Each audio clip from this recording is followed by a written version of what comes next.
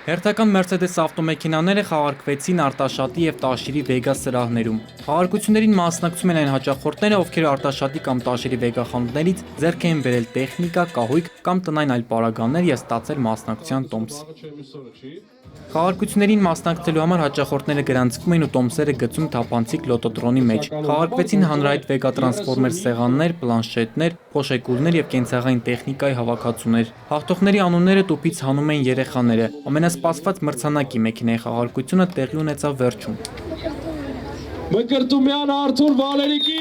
շնորհավորում ենք ապորցան, կեսել ձեր ավտոմեքենայի բանալին։